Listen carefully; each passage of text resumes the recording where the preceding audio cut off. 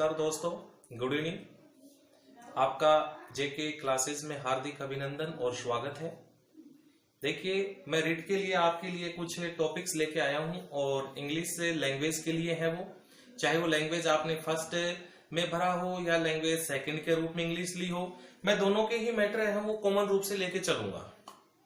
तो दोस्तों, अभी तक क्या है कि कुछ ऐसी जो अपने ग्रामर के रूप में हो या लिटरेरी टर्म्स या फिगर ऑफ स्पीच, इनमें कुछ ट्रिक्स चलती हैं। तो उन ट्रिकों के माध्यम से मैं आपको, जहां तक है, मैं कोई दावा तो नहीं कर सकता या गारंटी तो नहीं है, लेकिन फिर भी मैं, हो सकता है आपके जो 10-12 क्वेश्चन जो आते हैं 30 में से, वो 10-12 क्वेश्चन आपको लगभग अटेम्प्ट करने का पूरा प्रयास कराऊंगा आपसे, और ईश्वर ने चाहा तो लगभग आपके 10-15 क्वेश्चन बिल्कुल सही होंगे।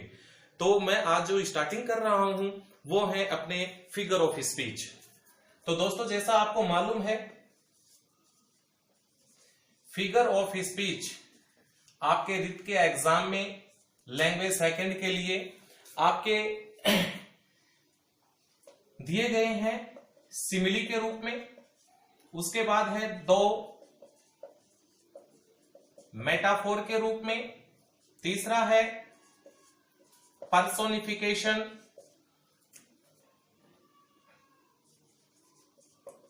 के रूप में। और जो चौथा है वो है आपका एलिट्रेशन।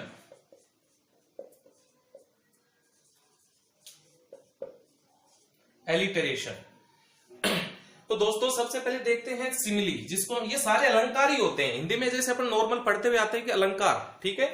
तो सिमिली है वो उपमा अलंकार होता है, मेटाफोर जो होता है उसको रूपक बोलते हैं, और पर्सोनिफिकेशन जो होता है उसको मानवीकरण, और एलिट्रेशन जो होता है अनुप्रास, यानी बार बार जो रिपीट होने वाला होता है। तो दोस्तों, आज मैं आपको स्टार्टिंग में लेके जो चल रहा हूं वो है सिमिली, यानी सिमिली। What is simile? तो सबसे पहले तो देखो, मैं आपको एक ट्रिक नहीं, इसकी डेफिनेशन जरूर बताऊंगा, क्योंकि डेफिनेशन भी कई बार पूछती जाती है। और ये जो जितने भी फिगर ऑफ स्पीच है अर्थात जो अलंकार है, ये आपके उस एक पोइम का स्टैंजा आएगा, उस स्टैंजा के माध्यम से ही आपसे कुछ पूछे जाएंगे। तो देखिए, सबसे पहले सिमिली क्या होती है? ए simile is a figure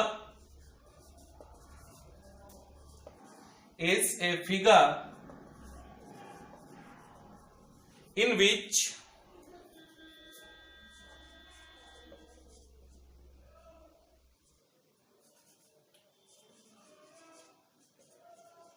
comparison between two objects, of different kinds,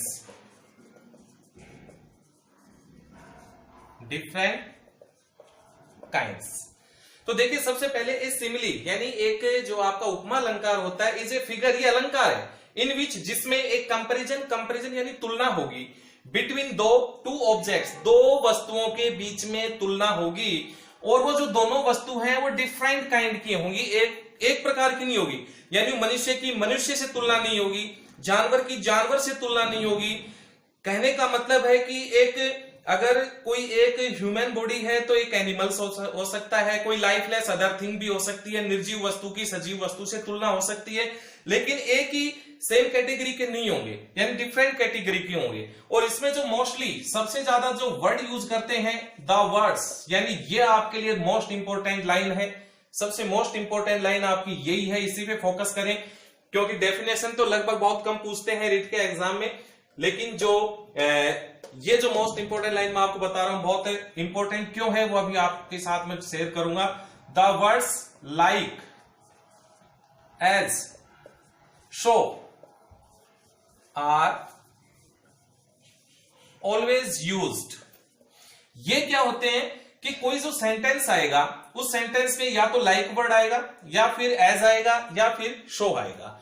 और यदि ये लाइक, एज, शो यदि ये किसी सेंटेंस में आते हैं, तो फिर वो आपका जो फिगर ऑफ स्पीच होगा वो सिमिली होगा। फॉर एग्जाम्पल, मैं आपके साथ शेयर करता हूं। First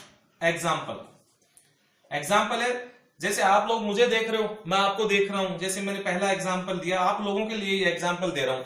you are like a lion. You are, आप शेयर तो नहीं हो, यानी लॉइन तो नहीं है आप, लेकिन आपकी तुलना है वो एक शेर से कर दी गई। यदि सपोज कर लीजिए मैं थोड़ी देर के लिए लाइक वर्ड हटा देता, तो फिर ये तुलना तो है कि आप शेर हो, यानी शेर जैसे हो, लेकिन ये जैसे वर्ड नहीं है, आप शेर हो, एक भाव दिया गया है, तो फिर वहां पर ये मेटाफोर होता है, यानी रूपक अलंकार होता है। लेकिन जब लाइक एज सो वर्ड आ जाते हैं तो फिर ये आपका सिमिली होगा, और कोई अलंकार नहीं, सिमिली अलंकार होगा। तो इसी प्रकार जैसे मैं और सेंटेंस देता हूं एग्जाम्पल के रूप में, आई वंडर्ड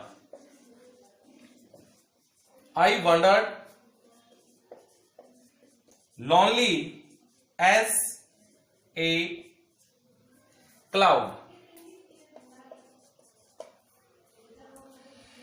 आई वंडर्ड मैं घूमा, lonely as, ये फिर as वर्ड आ गया, और इसकी यानी मेरे जो घूमने की जो तुलना की गई है वो एक क्लाउड से की गई है। भाई आदमी है वो एक बादल की तरह आवारा थोड़ी घूमता, अकेला थोड़ी घूमता रहता है, लेकिन उसकी तुलना कर दी गई और ये एज वर्ड आ गया। तो एज वर्ड आ गया तो आपको दिमाग में बस यही बैठाना है कि यदि आपके पोइम आएगी और उस पोइम का जो स्टैंजा आएगा, उस स्टैंजा में कहीं भी आपके क्वेश्चन आए कि ये जो सेंटेंस है, इस सेंटेंस में कौन सा फिगर ऑफ स्पीच है, कौन से लिटरेरी टर्म्स है, तो आपको तुरंत बस यही वर्ड याद लाना है कि लाइक एज सो है या नहीं है इस वाक्य में। यदि लाइक एज सो है तो फिर आप तुरंत कह दें कि वो सिमिली है, उसको तुरंत उस ऑप्शन पे जाइएगा। क्लियर? और एग्जांपल लीजिए, हर स्माइल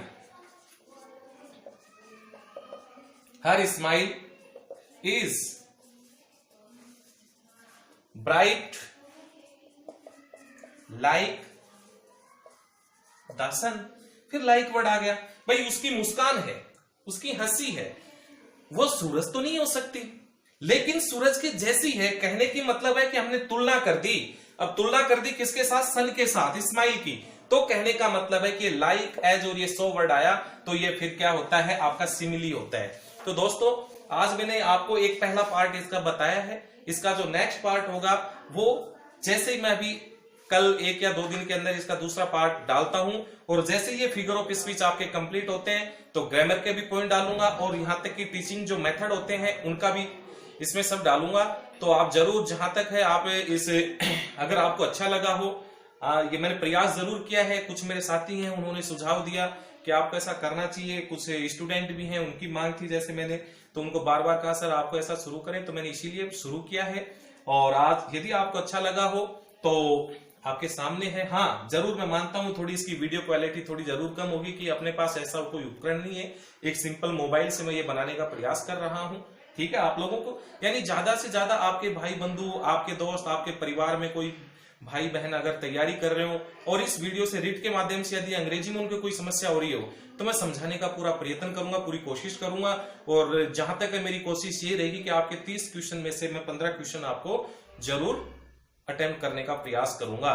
प्लीज इसको आप लाइक जरूर करें, शेयर करें, और बेल जो आइकन है उसका नोटिफिकेशन अर्थात बेल को दबाएं ताकि आपके पास बार बार जो वीडियो बनाए आपके पास आते रहे।